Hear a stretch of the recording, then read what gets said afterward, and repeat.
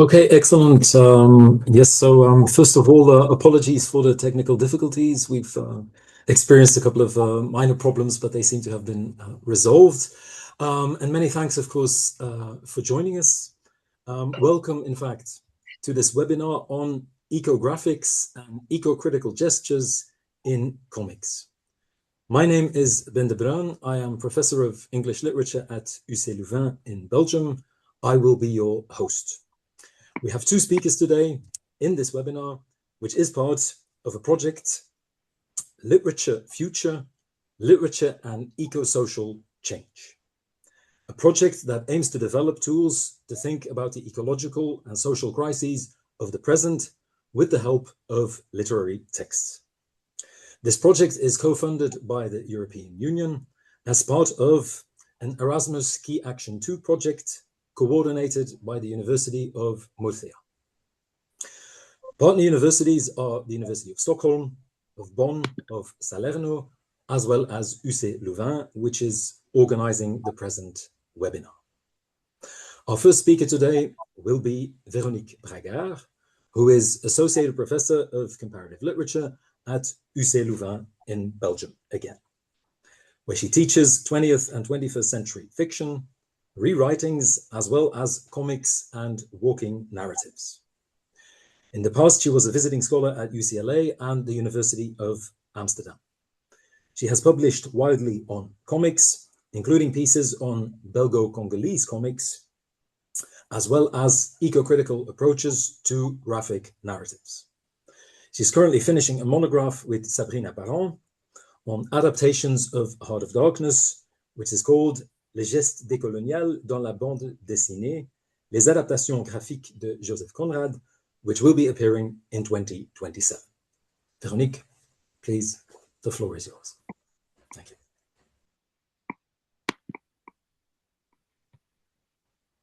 Thank you very much, Ben. Can you hear me?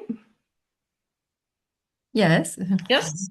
Mm-hmm. Okay, so I'm very glad to be here today and to have this presentation.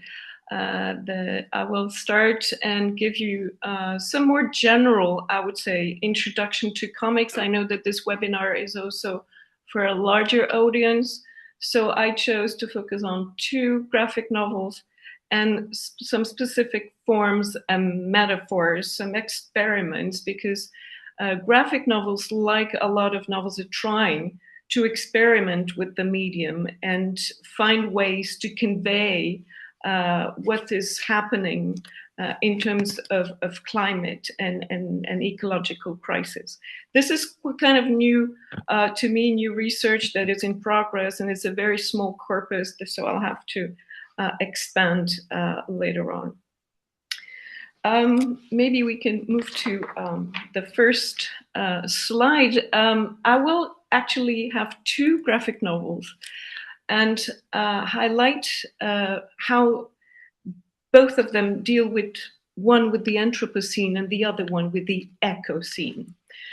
A lot of criticism right now when we talk about climate change revolves around the Anthropocene, this period where humans have impacted in the biosphere and with a number of course, boundaries that have been that are problematic right now. But it's a term that is also has its limitations. And a lot of people are now trying to show that it's not only the Anthropocene, we should also look at a number of causes like the Plantationocene, the Capitalocene, the Plasticine. Now, I think the term is helpful because we're trying to understand where the crisis comes from. But I also believe that the term by Minia Tănăsescu, the Ecocene, is also very relevant, but it's this idea, where do you want to go? And he created this, again, another scene, the Ecocene, to show how we have to make peace with and negotiate with everything that's not human. So that's also this idea that we need to think about where we want to go and how we can put ecology front and center. I chose two pieces. The next slide will show you the two graphic novels that I want to analyze right now. One that will definitely tackle the Anthropocene, and it's titled Dans l'indifférence générale, and the other one, Les pistes invisibles, that adopts a number of techniques to move to some kind of echo scene and form of narration that brings us within the mesh of the living world. So I will look at some techniques in Dans l'indifférence générale and then highlight others in Les pistes invisibles. The question that I really had in mind is, what kind of graphic techniques do we have here? What do they say about these two periods? And what kind of reading do they bring to the foreground? Can they teach readers? So I'll start with the first one. We can move to maybe here a number of theoretical frameworks, but I will probably go back to this when we discuss the presentation, right? But there's this idea that a lot is going on right now. Maybe Armelle will go back to this, but in terms of cognition and gestures and everything that needs to be highlighted in comics, because everything is related also to reconnecting with the senses, with the colors, with the visual metaphors that can help us talk about the crisis. But I won't go too much into this theoretical framework. I want to really help you understand some of these concepts. So maybe we can directly enter the next slide and the first graphic novel. So, Dans l'indifférence générale is this quite thick book. I mean, it's 150 pages, 190 pages, which was written by an architect, an artist, Grossi, right, Roberto Grossi, that is divided into a number of sections, some personal testimony at the beginning and at the end, then very important visual metaphors that I'll focus on. And then most of the piece is we have all these two panels, pages, that bring a number of tensions and disruption to the foreground. And it's divided into 7 sections: apocalypse, thermodynamic, biosphere, inequalities, war, repression, psychological repression, and then us. So it really opens up the crisis to a lot of elements related to extraction, to war, to capitalism, to democracy as well. So very important piece, I would say, to bring things to enlarge the perspective. And we see on the very cover the sand timer that already evokes how artists are going to try to to establish some visual metaphors, because it's so hard right now to have all these figures and to make them real or to help them convey reality. So figures usually invisibilize a number of aspects, and they cannot be really understood by audiences. They don't speak, they homogenize, they invisibilize. So that's one first visual image. But the second one that frames this book, and it's the next slide, is this image of a glass of paint that is full, right? And it's actually to show that we are moving behind 1.5 degrees. It's a very domestic image. It's a very important visual metaphor where we see this paint running down the glass and some kind of Van Gogh painting, right?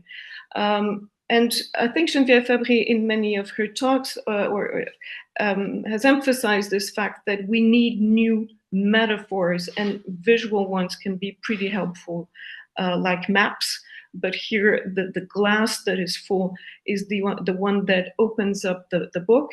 Another one that keeps recurring is a shark that is actually coming and might actually attack us. What do we do in this with the shark and the crisis and the catastrophe about to erupt?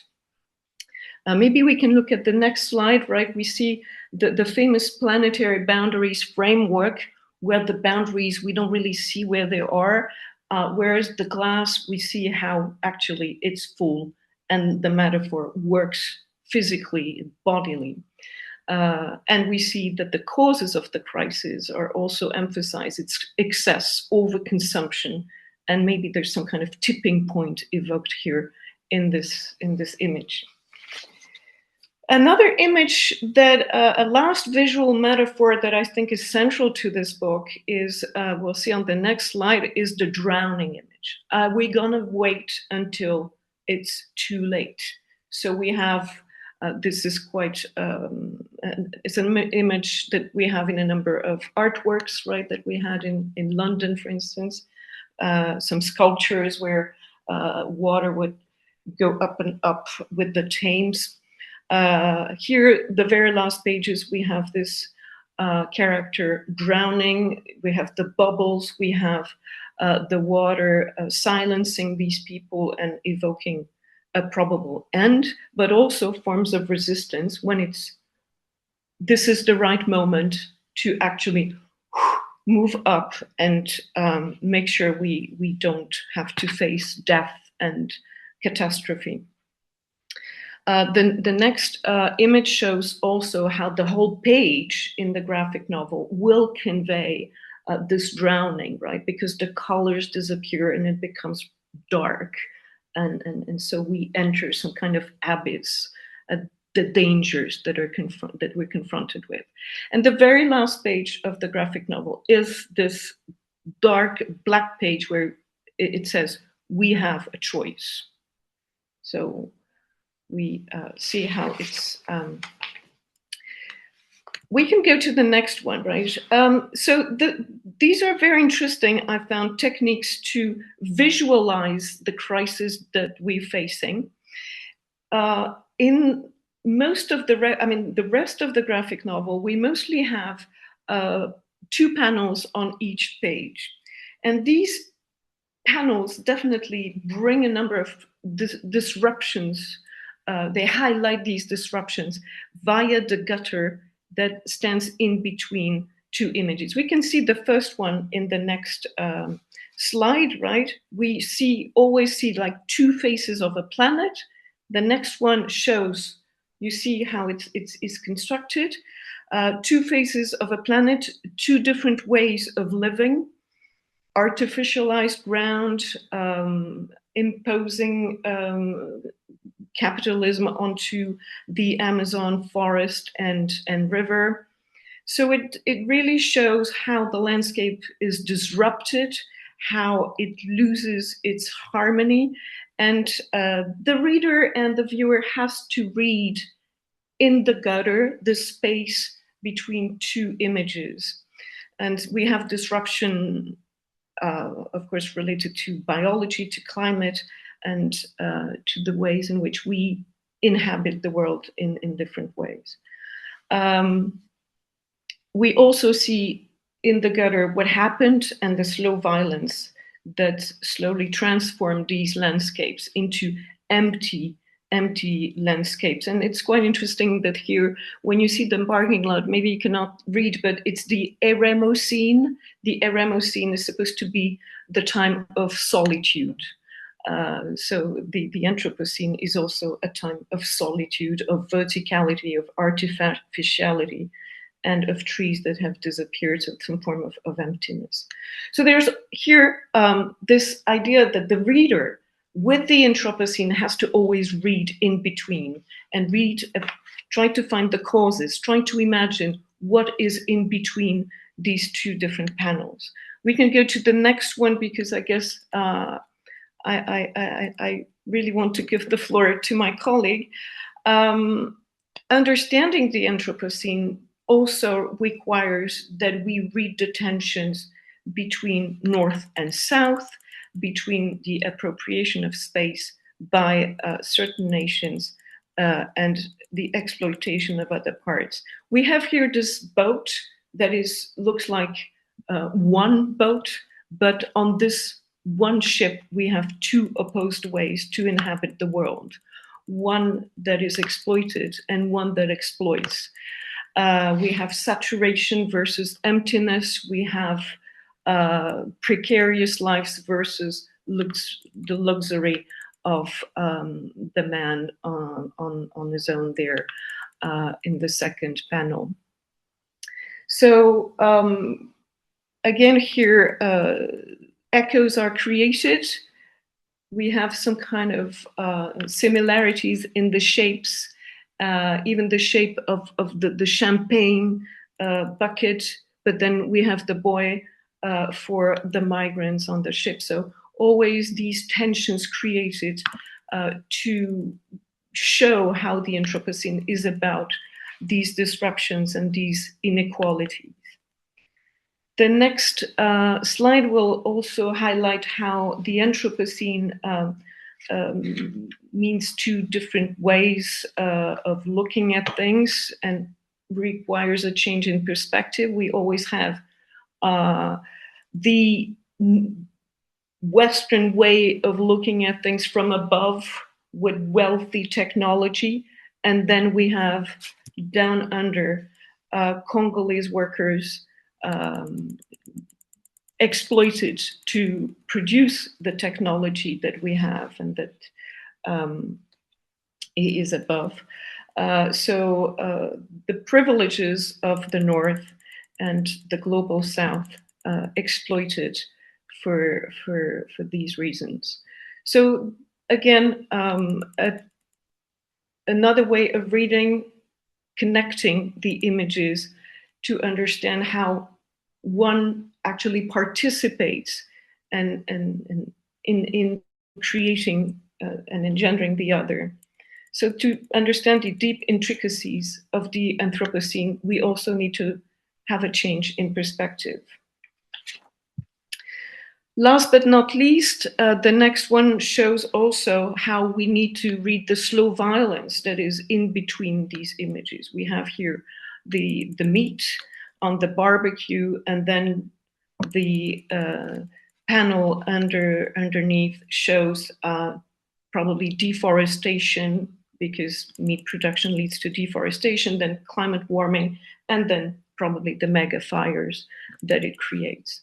So the reader here has to, again, understand what is in the gutter of each page and the causes that can be read here and highlighted. What this graphic novel does, it does this again and again for a great number of pages, is really to open up things. We see on the right that the Anthropocene is not only a question of climate and biodiversity, but it's also a question, and inequalities, but also a question of wars. There's a whole section connected to wars and extractivism. And how the war is actually a war for resources. So we also have here to connect these shapes that are very much intrusive and appropriations of the landscape and the resources.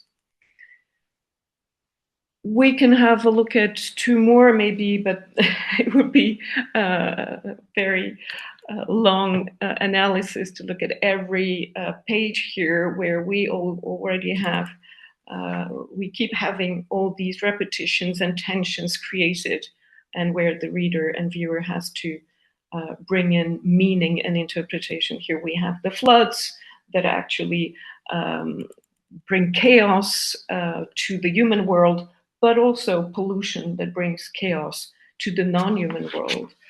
Another last, the next one also shows some body metaphor and echoes between the human body and the body of the planet that is being destroyed and becomes particularly fragile and vulnerable. So the last, my next slide will summarize this, right? What I wanted to show with this here is how this very, I think, amazing graphic novel is definitely about the Anthropocene, but it's very broad meaning and all its intricacies. And it requires that we read the disruptions, that we read the tensions, that we read the slow violence and the causes of the crisis that it refers to. And comics bring more, I mean, they bring a number of visual images, they bring new languages, but also new ways of reading, because we need to always participate in the reading process. Observe the lines, the discontinuities, the continuities, observe the colors. If we look here at this one, we definitely see that in the south, the river is shrinking and disappearing, and the water is becoming scarce. So we have to look at the detail to really understand the causes, the consequences, and how the Anthropocene impacts the lives of everyone and impacts the landscapes, because it's mostly about landscapes here. So different ways of reading required and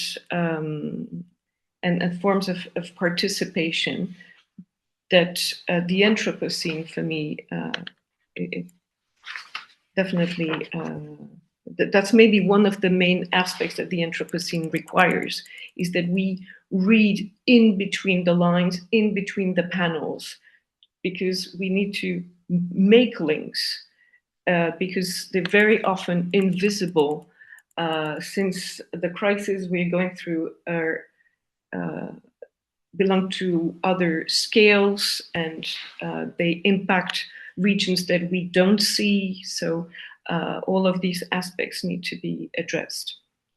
So that's for this very first part, and I want to quickly move to the other graphic novel, and that is, we'll use a very different technique, a physical one. So that's the next slide with another graphic novel. I wanted to show how the eco scene can be also, will require other forms of reading, other techniques. Maybe Geneviève can show us the next one. So in Les Pistes Invisibles, we have the story of this man who spent 27 years in the woods. This is based on a true story, right, that Xavier Musat read about. And he decided to actually convey the experience of this man, Christopher Knight, and this idea that he had to live with this troubled experience of the senses. What Xavier Musat did is that he worked only with two colors that he brought together and mixed, right? So the technique itself is already very much close to the very interpretive, to the gesture that it wants to convey, that is the entanglement of lines, of colors, and materialities. So we can briefly, I don't know if you know about his experience, right? He spent 27 years in the forest, but remember that it's also a very ambivalent story, because he did not live with the forest, but he stole from all the places that were around his camp, right? So it's also, it's not the idealized forest story that we're used to.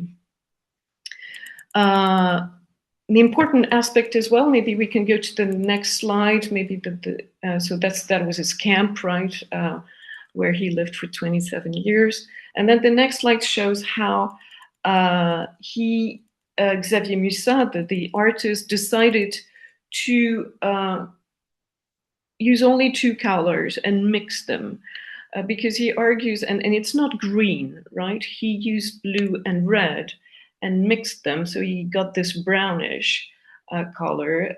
And he wanted to move away from the idea that forests are green, because forest, when you enter the forest, is rather dark and confusing and cold and all mixed up. And that's what he wanted to convey, this kind of troubling, destabilizing experience. So we have this character who starts living in this forest, and we experience is sensorial, well, what he goes through in terms of the senses, the smell, the cold, the plants and the insects and the animals around him. So we move away from a very from human shapes to really get everything he experienced. So that's why I would speak here of a number of techniques that move to the echo scene and what Caracciolo will call the mesh, right? Borrowing from Timothy Morton, the idea that everything is entangled and mixed together. And that's something that we need to also reconnect with to enter the echo scene. Maybe we can go to the next one, right? Narrating the mesh, narrating these entanglements, this trouble, these things we don't understand, we don't really control, right? And humans disappear here so that we can feel and see everything the narrator goes through. So this is, you see visually how he works and superimposes things. I think the technique also is quite important, and a lot is being done right now in terms of how techniques impact what is conveyed, right? Here, the fact that he superimposes and that he worked with this computer, that's interesting. The next, I think maybe the next slide will show the number of perspectives that he will move, that he will use, right? The bird's eye view, the worm's eye view, always trying to destabilize the viewer's point of view and reading.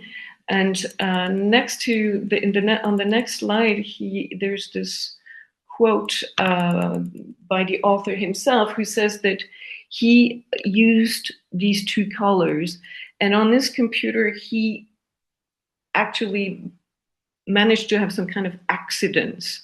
Me faisait apparaître produisant des insistantes surprises. So he wanted to be surprised, to have accidents, to show how his own technique wanted to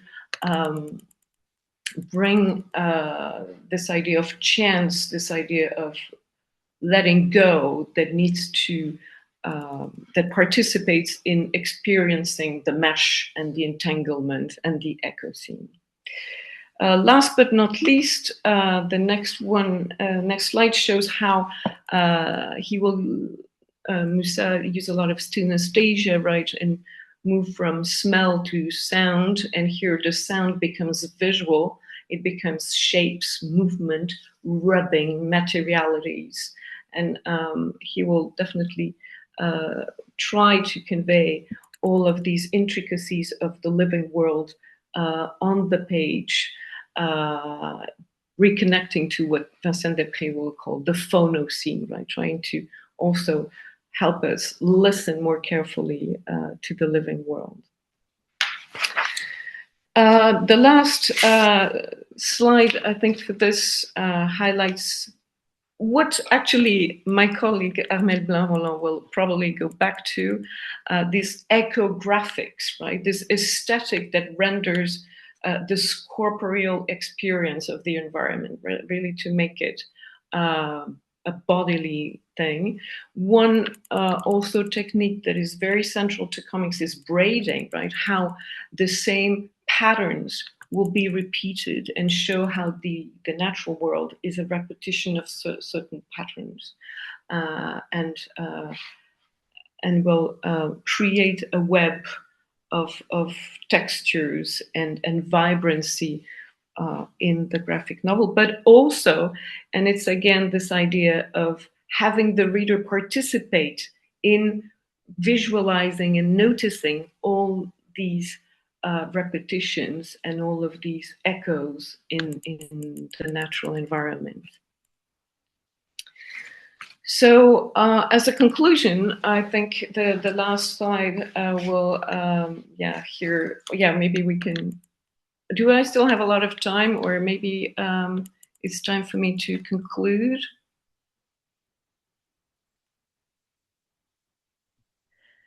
Yes, perhaps. Yeah, so maybe we can go the next to 2 more slides. I will conclude with, so this is, I don't have time for this, but my conclusion, I wanted to, so here, I hope I've managed, it's not easy in front of a computer, to show you how 2 graphic novels use 2 very different techniques, very graphic material, to convey different gestures and to convey, on the one hand, the Anthropocene that requires a certain form of reading, a certain form of analysis of the causes and the problems, and the Ecocene that requires some form of observation of trouble, of ecographics and bodily experience. So each of them requiring different experiments within the comics format and trying to push the boundaries further. The Anthropocene also needs to take into account the slow violence, and a lot happens here in the gutter and in the visual, domestic, physical images and metaphors. And the Ecocene of the second, of the Musa one, is really about all these entanglements that are, to me, closer to a form of performativity, right?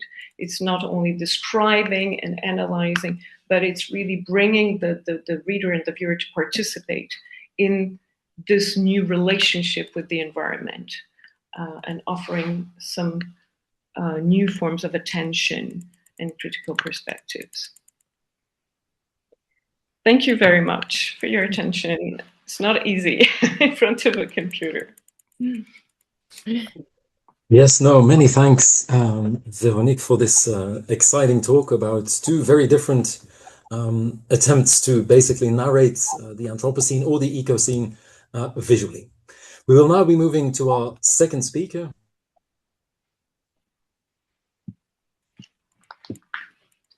We will move to our second speaker, Armelle Blin-Rolland, who is a lecturer in French and Francophone studies at Bangor University in Wales. Her research specialisms include French and Francophone studies, environmental humanities, bande dessinée and text image studies, adaptation and intermediality. She has published widely on these topics, including in European comic art and studies in comics. Her first monograph, Adapted Voices, was published by Legenda in 2015. Her current research project, which was funded by a British Academy Leverhulme Small Grant, is entitled Creative Solidarities, Care, Resistance and Justice Across Intersectional Ecologies in Relation to Contemporary France.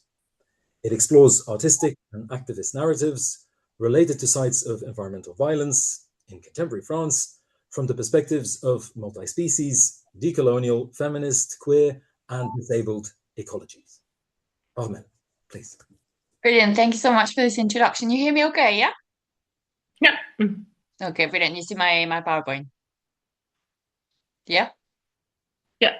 Yeah, okay, perfect. Well, thank you so much for this introduction. Thank you so much for having me, and thank you so much to Véronique for, such a rich talk. So I'm delighted to be here with you today online. And the kind of, the question that I want to focus on today in this talk is what political, ethical, and aesthetic potential do comics hold to take part in a more than human practice of resistance and liberation, as called for by material eco-critic Serenella Iovino, and towards trans species and planetary justice that is grounded in intersectional ecologies? So that's kind of my guiding question, and I'll be exploring this with just 4 works, 4 bande dessinées that engage with spaces of anthropogenic impact, sites of exclusions and entanglements of environmental violence and resistance. So my discussion today is grounded in two territories specifically, in Katanga, in the Democratic Republic of the Congo, in the DRC, as a zone of extractivism, to use Anna J. Wheeler's term, and also Brittany in northwestern continental France, as a land that has been sacrificed to factory farming. So I will start with Katanga in a comic that is called Machini. Yeah, there we go. So Techim and Mukunde's Machini, this band dessinée, is an adaptation of the 2019 stop-motion animated short of the same title. And in Techim's own words about the film, this refers to the mine itself as devouring the city of Lubumbashi, which is known as the mining capital of the DRC. So extractivist practices since the start of the 20th century in the Belgian-occupied Congo and then in the post-colonial context have led to the contamination of soil, air and streams by toxic substances with high human and environmental health impact in Katanga. This comic draws on the potential of comics for eco-decolonial narratives to engage with the capitalist, post-colonial and corporeal materialities of ecocidal extractivism in the DRC. So Machini is a comic that tracks the lethal combination of the water, air, soil, and human and non-human animal bodies of Lubumbashi. The comic first alternates between scenes of daily life in an urban environment, with the mining factory scene in the background, and of exhausting mining work, as you see here. Pollution is then visibilized through chromatic contamination, with toxic green that is spreading over the comic's grey copper palette. And eventually, bodies that are made of stone, I get back to this in a second, convulse in coughing and crumble into piles of rocks.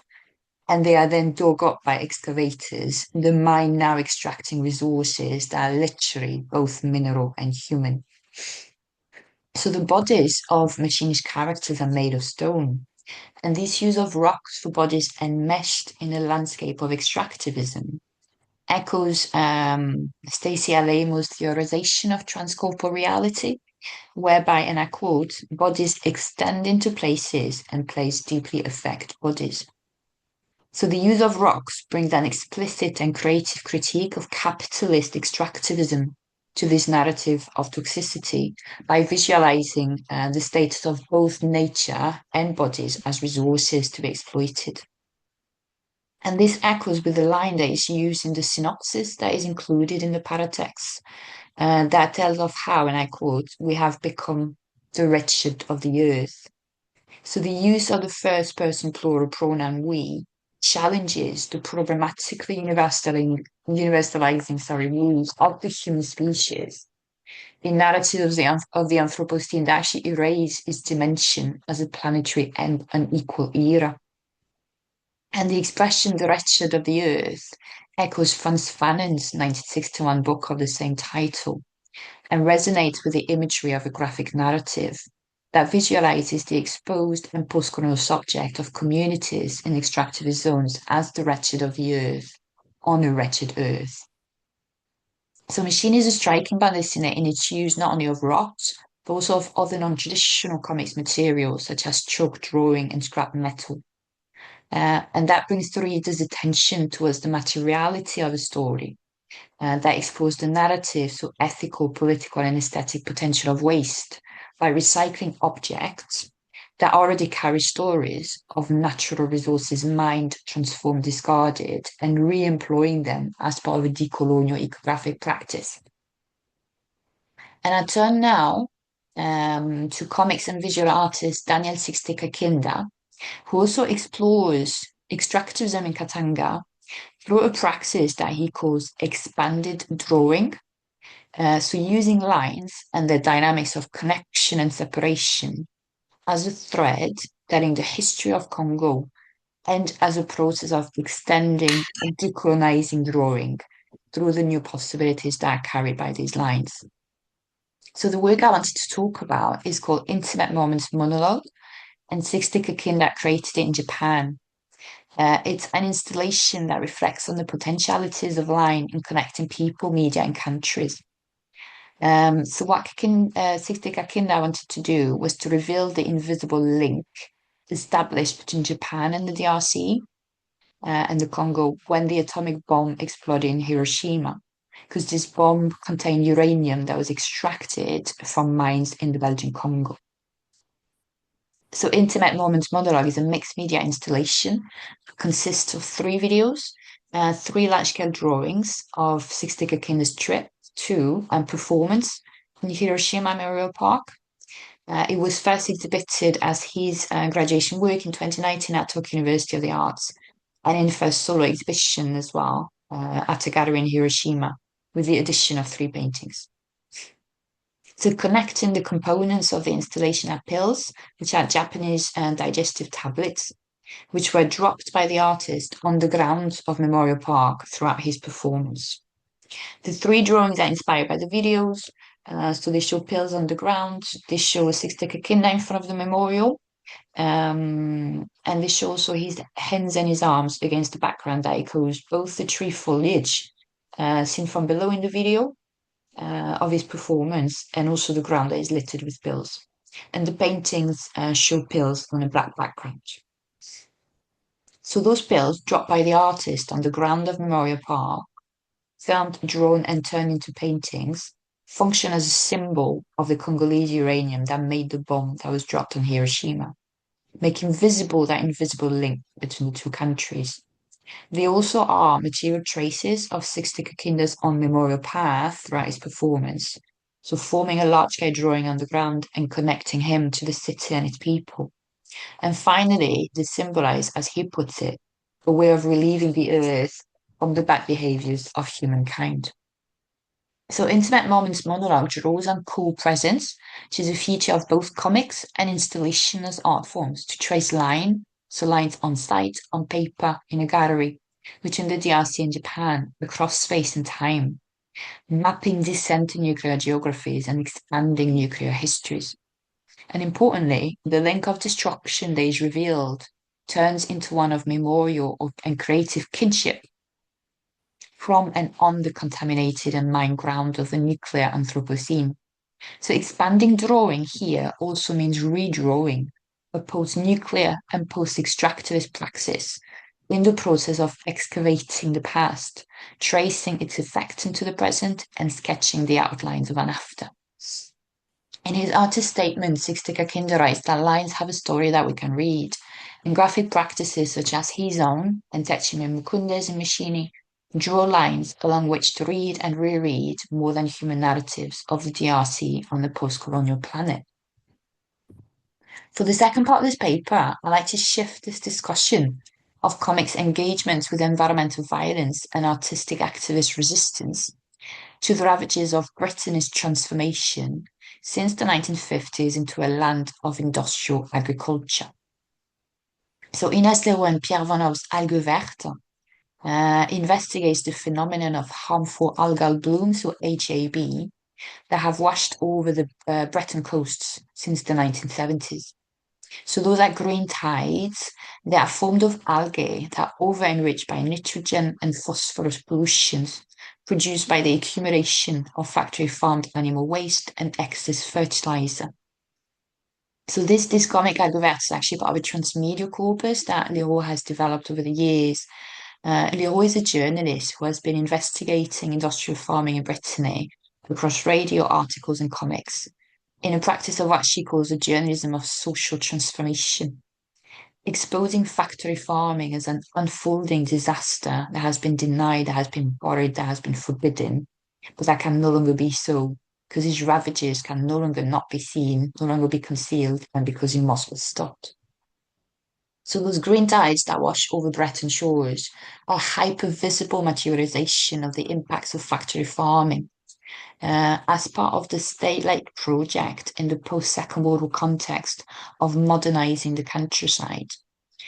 So the violence of and the resistance to the penetration of capitalism into the rural is rendered in the comic with panels of the Breton landscape that is bulldozed, its rivers drained, and its land parcels enlarged, and with protests by farmers, environmentalists, and autonomists in the 1970s, with tear gas and battery charges powering the advance of the diggers that are dismembering the land.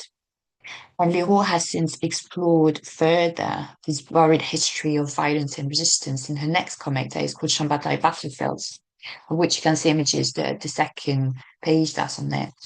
And this includes very evocative images of human and non-human death in the region and more than human space that has been sacrificed to capitalism. So in Algo Vert, the comics medium affords its visuality and the flexibility of its page architecture to expose a story of toxicity. Green tides wash over the bande dessinée, contaminating its palette and stretching its panel sizes and shapes.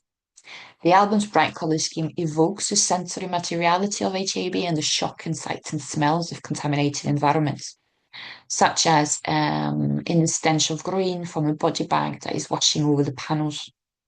Splash pages of a blue-furred, blue-tongued and red-eyed dead dog on a bed of green algae, and the purple corpses of boars. There's also green skin and blurred line work that evokes the HAB-induced illness of a truck driver who transported algae.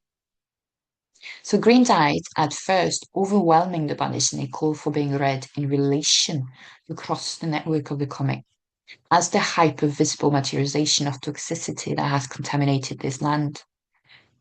So the bande dessinée draws on co-presence as a feature of the medium to show factory farms as part of a new industrial landscape of modernity with other factories. And the hypervisibility of green tides is also to be read in relation to the invisibilization of factory farms as sites of exploitation and carcerality. And throughout the album, these are overwhelmingly seen from the outside, but there is a powerful page, this one, that takes the reader inside a factory farm. He opens with a close-up on a pig's eye in a wordless strip that then zooms out to show a mass of them crammed in an enclosed space, and the panel size, while unchanged, now feels tight. And eventually, only a couple of snouts are visible above a barrier, and finally the doors close on the pigs as the panels follow out of building the farmer, who is being interviewed and who talks to the financial burdens of intensive agriculture. So in giving space to the farmer's words in the second and the third strips, as well as to the pigs' bodies and their confinement across panels, this page calls upon the reader to trace entanglements of environmental and economic sustainability in the containment and biopolitical exploitation of non-human and human vitalities. So Algo Vert exposes factory farms as key sites of Brittany's contemporary economic, environmental and political history and present, and a site through which to read multi-species narratives of Brittany as a territory transformed by toxic entanglements.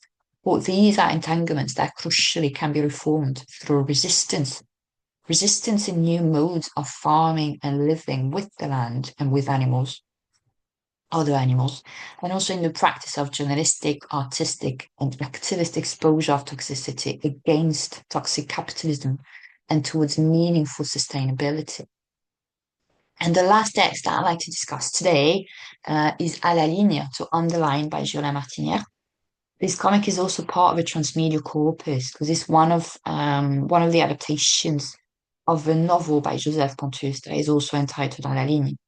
This is a novel that is in free verse, so a poetry novel, in which Pontus writes of his experiences as a temporary worker in factories of animal production and transformation in Brittany, and eventually at a slaughterhouse. So Pontus develops, as a temp worker at a slaughterhouse, a visceral understanding of what it means to make meat, which is dead flesh, and of the unjust metabolic labor that it takes for human and non-human animals. The slaughterhouse is a site of the violence of precarity. That precariousness, to use concept by Judith Butler, that precariousness that we all shared, but that is shared unequally and felt more deeply by those bodies that are exploited and sacrificed. Here at the slaughterhouse, a site that is deep down the line at the violent and porous intersection of class and species. So the slaughterhouse is a site where animal life becoming death is overwhelmingly present. It cannot be absented. It cannot be ignored. and it is an assault on all senses of the workers who are at the front line of a battle against a machine that is already lost, as Pontus writes. And this machine is made of flesh, of animals as fleshy beings becoming meat, which is dead flesh. This is rendered in the comic, for instance, in images and pages that are dominated in all directions, that animals themselves cut up in all directions. And also images of workers down in the bodily trenches of this war as another great slaughter. Workers who are tasked with cleaning up all that is wasted in the process of making cows into beef. So they have to clean up udders, ears, feet, horns, everything. All a jumbled, leaking, abject mass that is actually drowning them in these images. So the slaughterhouse is a site of repetition, as differentiation, accumulation. And the comic renders this on a page in which the text, so in the captions, speaks of the eternal return of the same cows to work on. It aligns the names of breeds. The images align cows that are about to be slaughtered, and the layout of repeated frames fit and entrap the cows' faces with their gazes at the reader, whose own gaze is also that of the worker who's about to kill them. So the repeated layout renders the cadence of the line, as well as a sense of stillness, with a graphic style that is textured, that renders the cow's characteristics, as illustrations of breed were bred to be slaughtered, also each a portrait of an individual living being. Individual cows slaughtered accumulate into a mass of carcasses, and this is a river of corpses that Pontus crosses at the end of the week, when he leaves this world of death for the world of the living for the weekend, but before another week where he'll be back at the slaughterhouse. And even when he's not at the slaughterhouse, when he's outside, he's harassed by it. His body is ravaged and his mind is assaulted by nightmares. Here we see him first at work at the slaughterhouse. So he's a small figure in a panel that is tight, that is elongating, suffocating with a line of carcasses. He tells himself that he's going to be okay, ça va aller. But on the next page is the carcasses return in his nightmares. They are now dead and alive, stretching the size of the panels as they invade his nightmares, morphing to human, non-human animal monsters, his own body naked and small, jerked and assaulted. Yet among all of those nightmares, there is also the dream shared of a world without factories.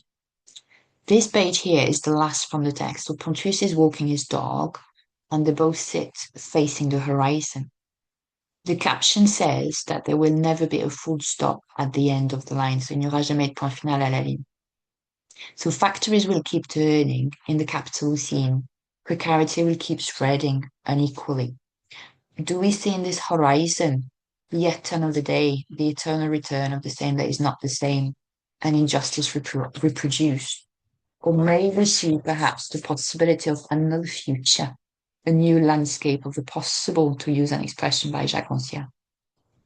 So à la ligne is a text that is both individual and collective, singular and common, and it's a text that is shared.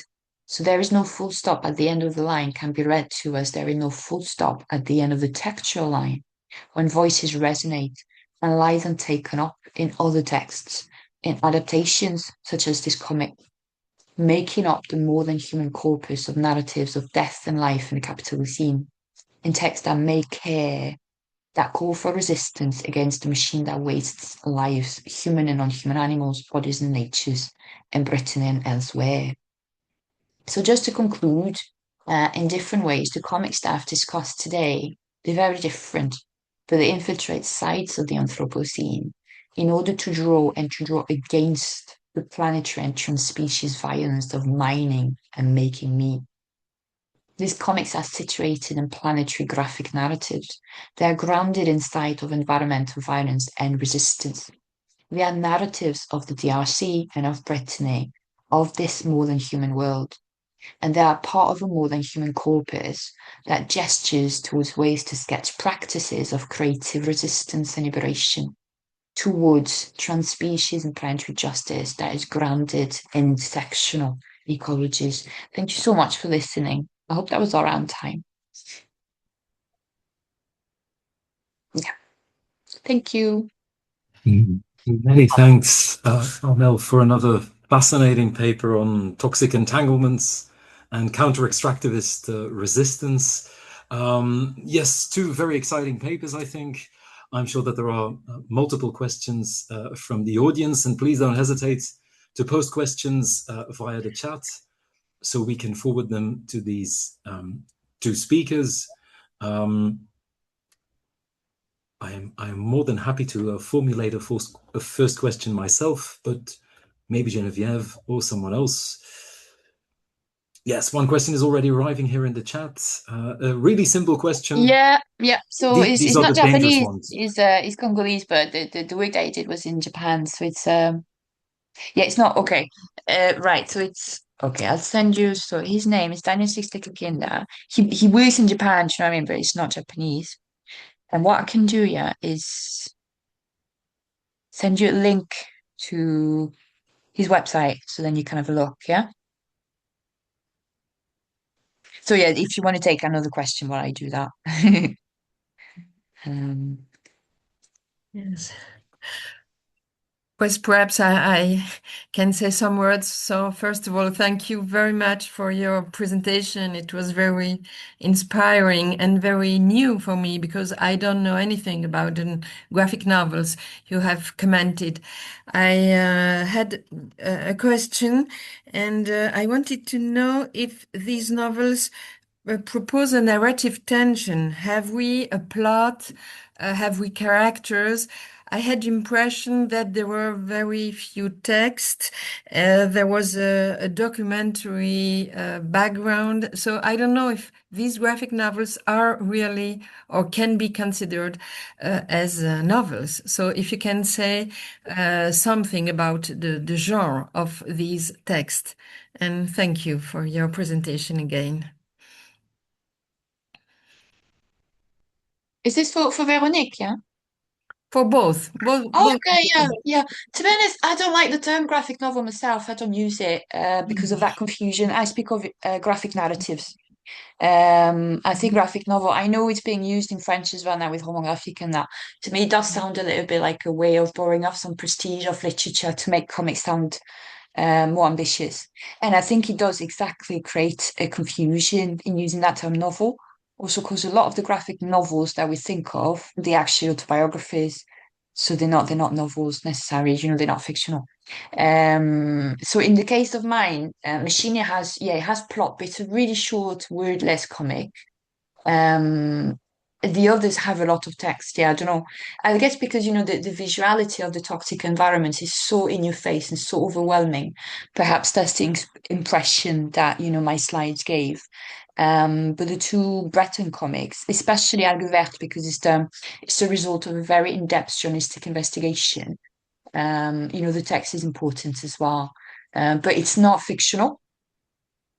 Do you know what I mean? So Yes. does that answer your question? Whereas the Sixtica Kinder one is not, it's an installation. It's contemporary art basically. So there is plot, but there is documentary practice, and it's not necessarily fictional. So there's a lot of different genres as well within that. But personally, I don't use graphic novel. I don't. Yeah, and I'm not the only one who doesn't like it. So. Okay, thank you. Well, it's always a problem because in French, I mean, it's hard to say récit narratif or récit graphique, right? Maybe it's emerging. Is it emerging, Armelle, in French? I don't know. When I write, I just use the term bande dessinée, to be honest. Yeah. Yeah. Récit graphique, I think is all right actually. It's not bad, is it? It's If you say roman is a thing, isn't it? Do you know what I mean? So if you call, and because it started with calling mouse like a graphic novel, it's like it's not a novel. I don't know. It's just I think Hilary Shute. I got the term graphic narrative from Hilary Shute, who does have a whole bit about that. And some authors don't like it themselves, like Marjane Satrapi. She doesn't like it. Her stuff is not fictional, so she doesn't like it. But I understand why it's used, obviously. Yeah. But I think maybe to go back to your question, Geneviève, I think it's it's always this idea that when we deal with the Anthropocene or these questions related to ecology, there's always some kind of scientific thing that comes into the book. Algue Verte is very documentary. Here, dans l'indifférence générale, is scientific references as well. So that's also why we move away from plot and from, I would say, even character. You don't have a character really there. And in the other one where we have this guy living in the woods, it's not about him. It's about the experience and experimenting also with the technique and the colors and the shapes. I think what he did in Dans l'indifférence générale is to have some autobiography at the beginning and at the end. You even have, so at the beginning, he takes old pictures from his attic and family pictures of the mountains and how they have changed. And at the end, he really has even the real photographs. So the framework here is, he, as a writer, is more like the autobiographical framework. And then in the middle, you have more like some scientific and documentary. Okay. Yeah. I've just thought of something related to your question about text, which in relation to Alaline, it's an adaptation, like I said, and it's an adaptation of a free-verse novel. So obviously language is super important in the source text. And one thing that the comic does that's really interesting, I'm looking at how it's been adapted into a musical album as well that I'm looking at. But for the comic, what the comic does really well is to use the kind of metaphorical, I would call it, language, and kind of draw out the visuality of this image of the line, for example, that is in the text, or the images I was showing of the First World War, like the Great Slaughter. That's something that comes back a lot in the novel. He's got a lot of quotations in the novel itself from Apollinaire, when Apollinaire was in the trenches and everything. So the comic kind of brings out the kind of the visuality of the language. So maybe there isn't as much text, obviously, as there is in the novel, because the novel is just text. But it does something, because it's an adaptation, do you see what I mean? So yeah. And there's an album as well that is really good. And what the album does is take up just a few lines from this fairly long novel and repeat them, on and on, over and over again, and condense a lot and everything. So it's really interesting how this novel that is so powerful in the way that it talks of this intersection of class and species at the slaughterhouse has also given rise, to actually expanding the possibilities offered by comics and music as well, kind of, cross media as well. So language is in the image as well. Do you see what I mean? The text, yeah. But yeah, thanks. Thank you. As we are waiting for more questions in the chat, perhaps I can briefly intervene. I have several questions, in fact, but maybe one question to begin. I had a question for Véronique, in fact, so there are two examples, one leaning more towards an Anthropocene, one leaning more towards an Ecocene perspective on the planetary issues that we are having. My question relates to the second case, where you at a certain point describe how this text is trying to describe and evoke for us the sort of sensory experiences of the main character, as it were, of this particular text, even though there is no main character because there were also worms, etc. At a certain point, though, several of the images that you were showing us, to me at least, and I know nothing about graphic novels, unfortunately, to me at least, these images looked extremely abstract. To such an extent that, for me at least, the effect is rather to disconnect myself from my sensory experience of reality, as it were. So reality is not sort of thicker, but it is sort of thinner and more abstract in these particular images. But if I understand it correctly, for you, they might also help us to reconnect with the senses. I'm not sure that you could perhaps explain that a bit further. I think there's this double movement. I mean, the idea that, and the text also is also full of the senses, everything he experiences. But there is also, in some of these shapes, the idea that we should not try to control everything. And that's really what his experience is all about. At some point at the beginning, he stops the car and he goes into the woods and then he falls into a river and so on, and he's afraid. And so it's this idea at some point, I am with this mesh and it's not that dangerous, in fact. And I don't recognize all the shapes. I don't know about all these things I see, but I'm part of it in some ways, and I can relate to it and apprehend this world of alterity. And I guess he alternates between shapes that we recognize, and then as a viewer, we're like, oh, what is it? You know, and of course, this is some kind of performative gesture as well, because we feel lost, and that's the point of the graphic narrative, I think. Yeah. Okay, no, many thanks. Yeah, the alienation can precisely force you to reconnect with the senses. Exactly. Super interesting. There is another question in the chat which I should perhaps read for everyone. This is for both of our speakers, I think. Do you think that this kind of narrative could improve or create empowerment and or political change in our capitalist society? And if yes, how can that actually work? What would that actually look like? Also in terms of sort of fostering awareness on the part of the broader public, I imagine. An easy question. Yeah, an easy question.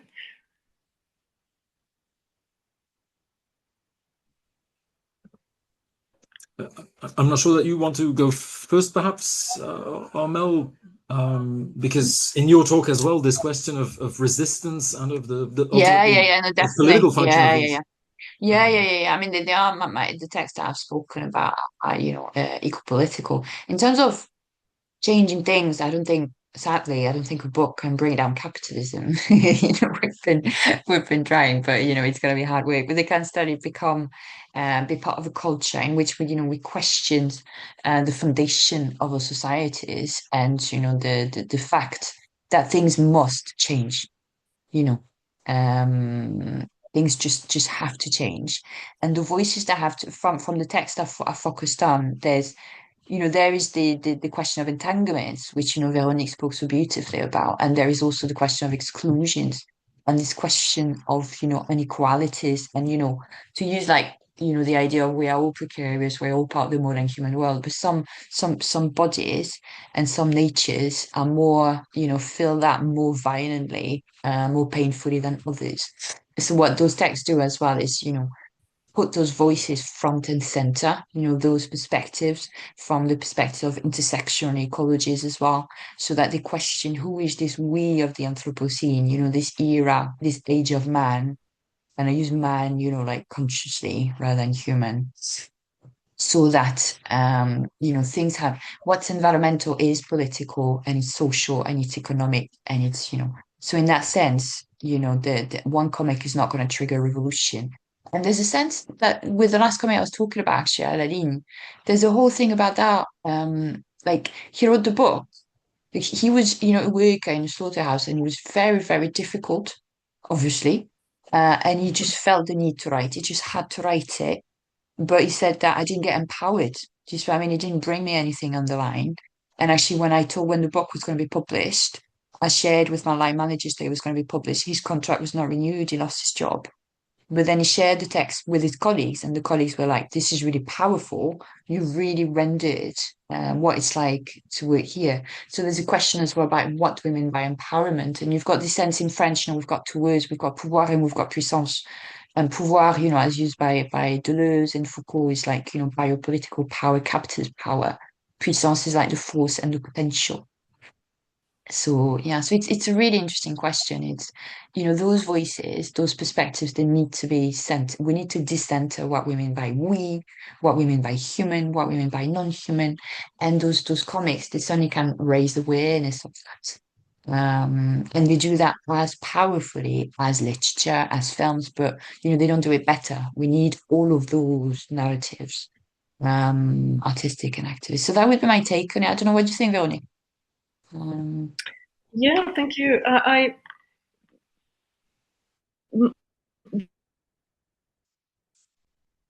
The point I was trying to make was not in the reading process, that the exercise of reading in the gutter, of reading what is not shown, because to me that's a form of empowerment that comics can bring. It's not only represent, but it's other forms of narration, other forms of presenting things where the reader has to participate. And the empowerment lies there in some involvement, not just in the knowledge and the representation. But maybe it's a bit. No, but I think that's one thing that, I really like about comics, in working with comics myself as a reader, is how active you've got to be when you read a comic. And I love teaching comics as well I teach, I'm based in the UK, and my students, they didn't grow up with comics, they didn't grow up reading by listening like we did. So they don't really have the codes and everything. So they focus on very linear reading. And I love teaching them about how to read a comic in a way where you pay attention to all of the things and you're part of the meaning making process yourself, and it opens their eyes and it makes them see things that they wouldn't have read, because we start the class with, they tell me like, this would be the same if it was just a text, why wasn't this just a short story? And then by the end of the class they can have a 10-minute monologue analyzing one page. So yeah, comics, they are super rich, as any medium is. But yeah, that sense of being really active and like graphic entanglements, dressage and stuff like that. You can also make your own links. Yeah. No, it's a cool medium. Yeah, it is. And I use some of the Grossi in the classroom. I think every page with these two panels, it brings a debate, right? Yeah. So it creates a whole what about, and students analyze them and they had a lot to say. I think it works as well with related to the question of empowerment. I've used comics as well, not just teaching it as in how you read a comic, but how you do one, how you create one, to develop. I had a French comics artist called Anne de Frivière comes to a residence here in North Wales, and we did comics creation workshops, like eco-comics. So we got the kids, we had primary school kids, we had secondary school, 13, 15. We got them to do their own eco-bande dessinée because they were learners of French, the text was in French. We got them to do a multilingual mural as well. So we used as well the idea of creativity, not just as a reader, but also as yourself, to empower yourself as well, to feel a sense that you can actually do. You can say something, you can take a stand. So in that sense, maybe that's another sense of empowerment as well, which is not necessarily making a difference today, but doing something that matters to you. And that's really important as well,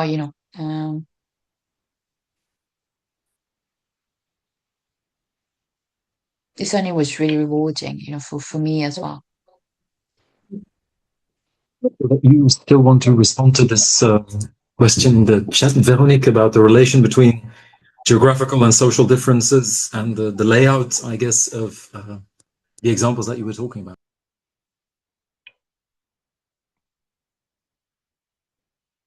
The idea that that is negative, no? Or I'm trying to understand the question. The use of the word gutter, of course, the blank space where the reader has to, the viewer, give meaning and create a number of links. Now, I don't understand the poor condition. Maybe I think it might be just related to the connotations of being in the gutter, the expression. Okay. Yeah, being in the gutter, as in, that's the way I'm reading the question. Yeah. Like, because, it's like if you say espace intericonique, it doesn't have any bad connotations, does it? If you're using the gutter, maybe that's what the person's thinking.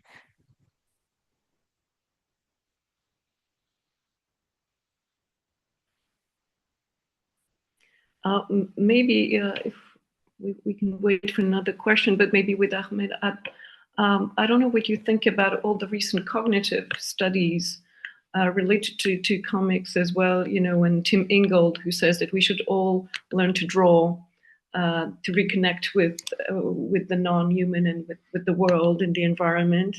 And you were talking about these workshops with kids, and I am more and more persuaded that there's something there to explore. And there's also Pignocchi and others who argue that when you when you see a drawing, your mind will follow some of the gestures of the artist, of course, depending on your background as a drawing person, right? But still, there is some cognitive movement and that will take place. Yeah. No, it's super interesting, isn't it? Yeah.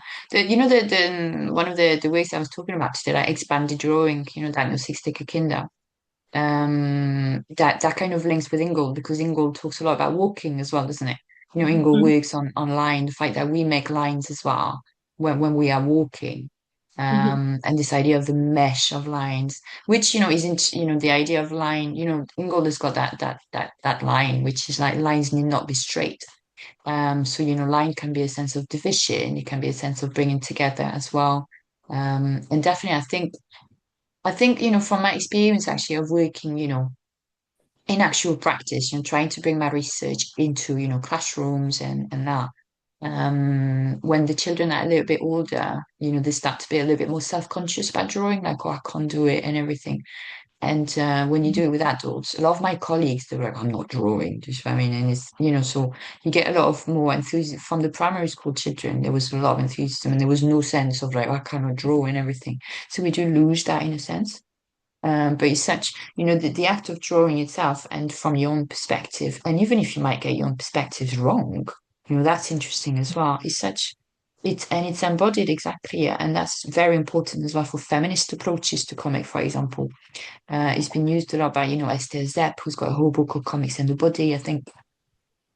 And this sense of, drawing, the gesture, the graphic gesture that is there, and that we kind of follow ourselves and all the other lines that we draw when we're reading the comic, in reading in different multilinear relations and everything. So it's a great way. Writing is brilliant, and drawing is brilliant as well. Filming is great as well. So it's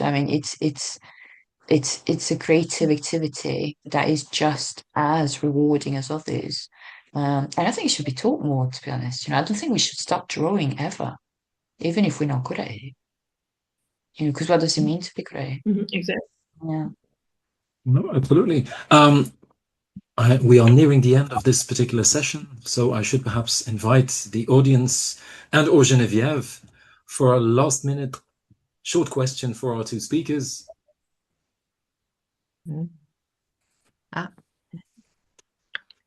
There is a last question. Yes.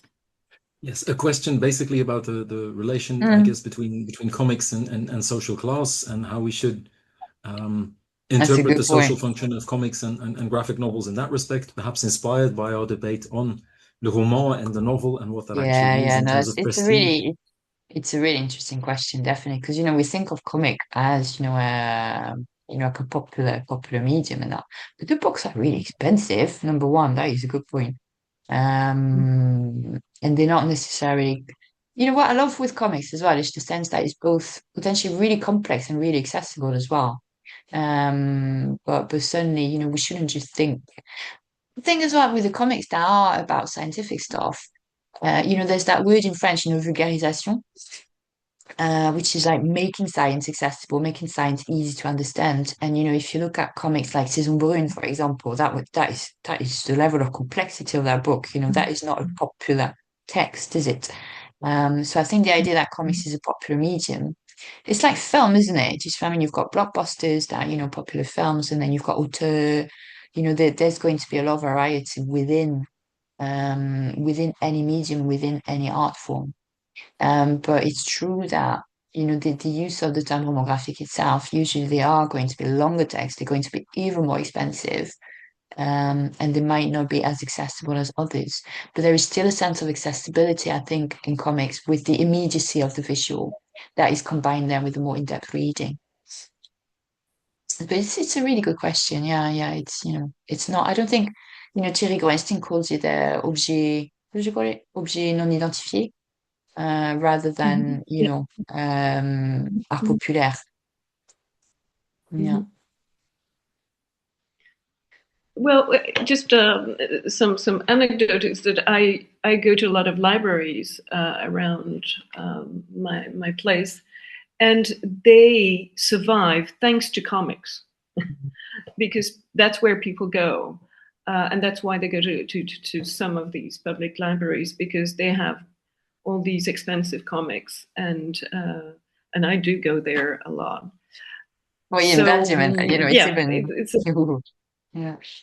So it's a paradox, but yeah, it creates new communities as well of comics readers around Yeah, but libraries. I think they still read a lot, that's for sure. So, I mean, like if you go to like something that always, surprises my friends, for example, when they go to the supermarket in France. You see what I mean? You will have children just sat there reading comics. You can also read them while your parents are doing the shopping and everything. You can go to a bookshop even and just read a comic. The comic section in my local bookshop has sofas because it's expected that the kids are going to sit down, read a comic in half an hour and not buy it. So it still is, a medium that reaches across. That's for sure. Yeah, yeah, yeah. I wish they were cheaper. But then, people have to live. The artists do need to make money. So, yeah. And you have now I just got culotté and in very pocket format, very Oh, is it? paperback. Yeah. Yeah. So we're trying to have a number of them, like Congo by Tirabosco was also turned into a €9 shorter, a smaller version. Yeah, but then when they're smaller, yeah, because that's what's nice with comics as well, is when they're nice and big and you can see all the pages. If you have Kindle ones, you see what I mean? Like they might be cheaper, but then you're on your computer. So it's all give and take, isn't it? Yeah. But I mean, it's got to be expensive. I mean, it's got ink, it's got, it's got color, it's got, yeah. So, yeah. Yeah, so one eco-critical gesture might also be to just go to your library and get your comic books there, I guess. And buy comics down recycled paper as well. Have a look at it. That's one thing we haven't talked about, the actual materialities of medium itself. Comics is part of the printing industry, which has been a toxic industry. So, that's one thing that we need to think about as well. And I would finish with this. Anda Fludil, who came to do a residence with me here in Bangor, in North Wales, she's somebody who thinks about that. She uses recycled paper for publications when she can. She uses ink that is non-toxic. She makes her own, materials with pigments. She uses different types of paper. When she was here, she was using mineral paper. There's also, the actual comics are not abstract. Not everything is environmental, including the book that you're holding in your hand. Every comic is an eco-comic. Do you know what I mean? Yeah. Indeed, and that sounds like a perfect ending for this fascinating webinar. Every comic is an eco-comic. I'm sure that our speakers will agree, and I'm sure that the organizers and the audience will agree with that as well. I would like to thank once again, obviously, our speakers for these fascinating talks. Everyone who is listening and watching us for the questions. I'm not sure that Geneviève or Jesus wants to say anything to wrap up, but many, many thanks. Yeah, nothing more to say. Thank you very much to our speakers and to our audience. Thank you so much. And you don't have to, or that you have to read many eco-graphic novels. Yes. Thanks so much. Thanks so much for having me. And to the audience for bringing questions. And to Véronique for inviting me. Thank you for this project. I think the whole project looks amazing, and I hope we manage so to. Much. Yeah. Brilliant. Thanks so much, everyone.